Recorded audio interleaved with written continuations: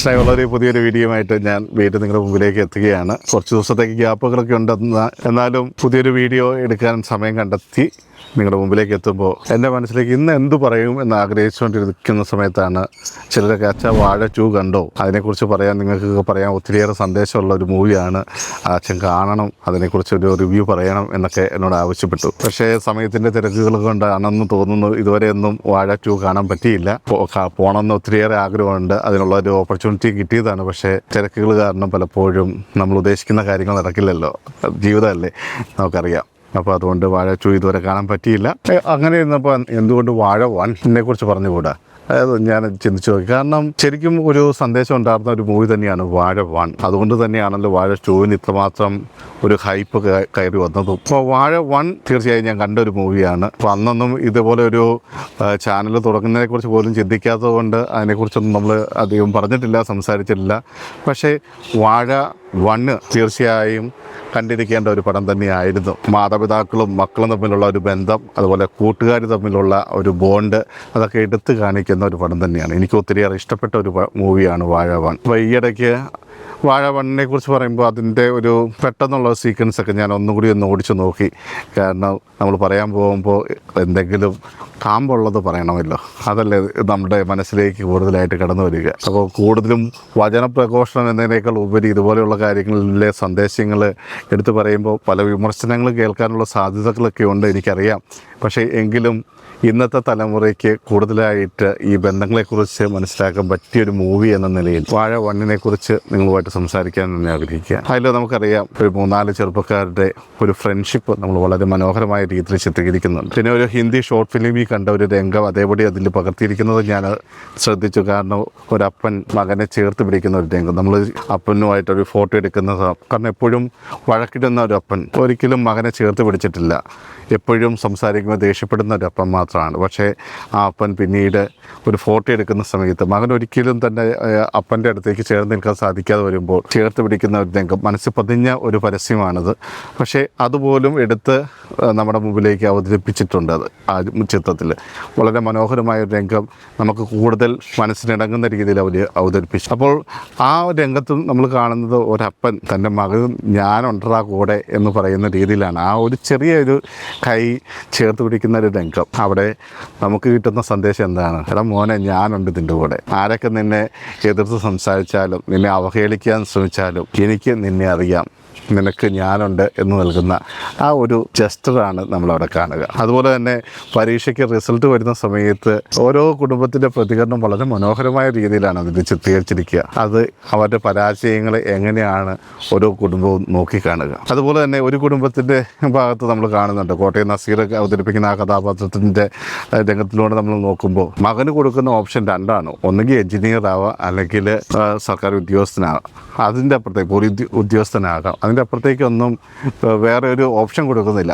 നിനക്ക് മുമ്പിൽ അവരെ ഞാൻ മറ്റോ അപ്പനെ പോലെയൊന്നും അല്ല എന്നൊക്കെ പറഞ്ഞുകൊണ്ട് വന്നിട്ട് പറയുകയാണ്, നിൻ്റെ മുമ്പിൽ 2 ഓപ്ഷൻ ഞാൻ തരുന്നുണ്ട്, മറ്റുള്ളവർ ഒരു ഓപ്ഷനല്ല 2 ഓപ്ഷനാണ് തരുന്നതെന്നുള്ള രീതിയിൽ അവതരിപ്പിക്കുമ്പോൾ അവിടെയും നമ്മൾ ചിന്തിച്ചു പോകും, നമ്മളെങ്ങനെയാണ് നമ്മുടെ മക്കൾക്ക് കൊടുക്കുന്ന ഓപ്ഷൻസ്. പലപ്പോഴും ആ രംഗത്ത് നമ്മൾ കാണുന്ന ഒരു ഇതുണ്ട്, അപ്പം എൻ്റെ ഇഷ്ടത്തിനനുസരിച്ച് എന്തെങ്കിലും പഠിക്കാൻ എനിക്ക് സാധിച്ചിട്ടുണ്ടോ? ആ മകൻ വേദനയോട് ചോദിക്കുന്നൊരു രംഗമുണ്ട്. പക്ഷേ അതെല്ലാം തച്ചുടയ്ക്കുന്ന രീതിയിലുള്ള സംസാരം, അവസാനം ആ പ്രഷർ താങ്ങാൻ കഴിയാതെ അപ്പനെ അടിക്കാൻ പോകുന്നൊരു രംഗം, അതിനുശേഷം മുകളിലേക്ക് പോയി എടുത്ത് ചാടുന്ന ഒരു രംഗം, അതെല്ലാം നമ്മൾ കാണുമ്പോൾ നമ്മളും ഇതുപോലെ ഉള്ള ഒരു അവസ്ഥയിലൂടെയാണ് കടന്നു പോകുന്നത്. പ്രത്യേകിച്ച് ഇപ്പോൾ പരീക്ഷയുടെ റിസൾട്ടൊക്കെ വന്നു തുടങ്ങിയ ഒരു സമയം കേട്ടോ. അപ്പോൾ നമ്മുടെ പ്രഷറൈസ്ഡ് കാരണം നമ്മുടെ മക്കൾ ഇതുപോലെയൊന്നും ചിന്തിക്കാതിരിക്കണമെങ്കിൽ നമ്മൾ അവരുടെ ഇഷ്ടങ്ങളെ ഒന്ന് ചോദിച്ച് മനസ്സിലാക്കേണ്ടത് വളരെ ആവശ്യമായിട്ടുള്ളൊരു സമയമാണ്. പ്രത്യേകിച്ച് ഇപ്പോൾ CBSE 10ാം ക്ലാസ്സിൻ്റെ റിസൾട്ട് വന്നു, അത് കഴിഞ്ഞ് ഇനി പതിയെ നമ്മുടെ സ്റ്റേറ്റ് സിലബസിൻ്റെയൊക്കെ റിസൾട്ട് വരാൻ പോകുന്ന ഒരു സമയം. ഇതെല്ലാം ആകുമ്പോൾ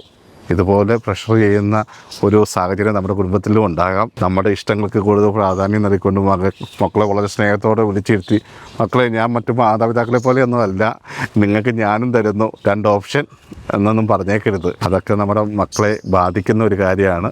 അപ്പം അതുകൊണ്ട് നമ്മൾ ശ്രദ്ധിക്കേണ്ടത് മക്കളുടെ ഇഷ്ടം എന്താണ്. ഒരു പക്ഷേ മക്കൾ പറയുന്ന ആഗ്രഹങ്ങൾ നമ്മൾ കേട്ടിട്ട് പോലും ഇല്ലാത്ത ആഗ്രഹങ്ങളായിരിക്കാം. പക്ഷേ അവർ പറയുന്നത് എന്തുകൊണ്ടാണ് എന്നൊന്ന് ചിന്തിക്കുന്നത് നല്ലതായിരിക്കും. കാരണം അടുത്തുള്ള ഏതെങ്കിലും ആൾക്കാർ അതുപോലെയുള്ള ഒരു തൊഴിലിലൂടെ കടന്നു പോകുന്നത് കണ്ട് ഇൻസ്പയർ ആയതായിരിക്കാം. അല്ലെങ്കിൽ ഇപ്പോഴത്തെ സാഹചര്യങ്ങളെ വിലയിരുത്തിക്കൊണ്ട് അവരുടെ തന്നെ ഗുരുഭൂതന്മാർ പറഞ്ഞു കൊടുത്ത സംഭവങ്ങളായിരിക്കാം. എന്ത് തന്നെയാണെങ്കിലും അതിനെക്കുറിച്ചൊന്ന് മനസ്സിലാക്കാൻ ശ്രമിക്കുന്നത് നല്ലതാണ്. പ്രത്യേകിച്ച് ഒരു കരിയർ ഗൈഡൻസ് ഒക്കെ കിട്ടേണ്ട ഒരു സമയമാണ്. അപ്പോൾ ഓരോരുത്തരുടെ അഭിരുചിക്ക് അനുസരിച്ച് അവരുടേതായ ഒരു മേഖലകൾ തിരഞ്ഞെടുക്കാൻ സഹായിക്കുന്ന രീതിയിൽ നിങ്ങളും എന്തൊക്കെ നീ തിരഞ്ഞെടുത്താലും അതിൻ്റെ കൂടെ ഞാനുണ്ട് എന്ന് പറഞ്ഞ് കൂടെ നിൽക്കുന്ന ഒരു സമയമുണ്ടെങ്കിൽ തീർച്ചയായും അതൊരു നല്ല കാര്യമായിരിക്കുമെന്നാണ് ഞാൻ ചിന്തിക്കുക. ഈ മരത്തിൻ്റെ ചുവട്ടിലൊക്കെ ആയതുകൊണ്ട് ഇടയ്ക്ക് നീറൊക്കെയാണ് അങ്ങനെ ദേഹത്തേക്ക് വരുന്നത്. അതുകൊണ്ടാട്ടോ ഒരു ആക്ഷനൊക്കെ വന്നത്. പക്ഷേ അതിൻ്റേതായ രീതിയിൽ നമ്മൾ മറ്റുള്ളവരെ സഹായിക്കാൻ തയ്യാറാണ്. കഴിഞ്ഞ പ്രാവശ്യം ഞാൻ ആ ഒരു പെൺകുട്ടിയുടെ കാര്യം മാതാപിതാക്കൾ പ്രാർത്ഥനയോട് സഹായിച്ച് ആ ഒരു സംഭവം ഞാൻ പറഞ്ഞു. പലർക്കും അങ്ങനെയുള്ള വീഡിയോകൾ കാണാൻ വലിയ താല്പര്യമില്ലെന്ന് തോന്നുന്നു. കാരണം അധികം വ്യൂസൊന്നും ഞാൻ അതിന് കണ്ടില്ല. പക്ഷേ നിങ്ങൾ ഓർക്കുക, ഓരോ സംഭവം പറയുമ്പോഴും ഒരു കുടുംബത്തിൻ്റെ അല്ലെങ്കിൽ ഒരു സിനിമയുടെയൊക്കെ കഥയിലൂടെ നമ്മൾ പറയാൻ ഉദ്ദേശിക്കുന്നത് നമ്മുടെ ജീവിതത്തിലേക്ക് ഏറ്റെടുക്കേണ്ട സന്ദേശങ്ങളാണ്. ഞാൻ നിങ്ങളെ കുറ്റപ്പെടുത്തുന്നതല്ല, പക്ഷേ നിങ്ങൾ കണ്ട് പ്രോത്സാഹിപ്പിക്കുമ്പോഴാണല്ലോ നമുക്കും കൂടുതലായിട്ട് ചെയ്യാനുള്ള ഒരു ആഗ്രഹം തോന്നുക. കാരണം എന്നെ കാത്തിരിക്കുന്ന ഒത്തിരിയേറെ ആളുകളുണ്ട് എന്ന്.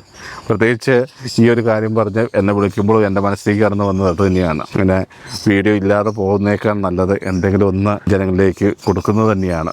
അതുകൊണ്ടാണല്ലോ നമ്മളെ അറിയാവുന്നൊരു വിളിച്ച അച്ഛാ വാഴ 2 കണ്ടായിരുന്നോ, അതിനെക്കുറിച്ചൊക്കെ പറയണം എന്നൊക്കെ പറഞ്ഞ്. തീർച്ചയായും വാഴ 2 ഞാൻ കണ്ടതിന് ശേഷം നിങ്ങളുടെ മുമ്പിൽ ഒരു റിവ്യൂ പറയുന്നതായിരിക്കും. കാരണം നിങ്ങൾ അത്ര എക്സൈറ്റഡ് ആയിട്ട് അതിനെക്കുറിച്ചൊക്കെ പറയുമ്പോൾ അതിലെന്തൊക്കെയോ ഉണ്ടെന്ന് എനിക്കും തോന്നി. കാരണം ഞാൻ പറയുന്ന ശൈലിയുമായിട്ട് ബന്ധപ്പെട്ട കാര്യങ്ങളാണ് അതിലുള്ളത് എന്നാണ് ഞാൻ മനസ്സിലാക്കുക. കാരണം അതുകൊണ്ടാണല്ലോ നിങ്ങൾ എന്നോട് ഇങ്ങനെ ഒരു ആവശ്യം ഉന്നയിക്കുക. തീർച്ചയായും ആ മൂവി കാണുന്നതായിരിക്കും. അത് കണ്ടതിന് ശേഷം നിങ്ങളുടെ മുമ്പിലേക്ക് ഒരു റിവ്യൂ പറയാൻ ഞാൻ എത്തുന്നതായിരിക്കും. അപ്പോൾ അതുവരെ ക്ഷമയോടെ കാത്തിരിക്കുമെന്ന് എനിക്കറിയാം. എങ്കിലും ഞാൻ പറഞ്ഞ കാര്യം ഗൗരവപൂർണ്ണമായ ഒരു കാര്യമാണ്.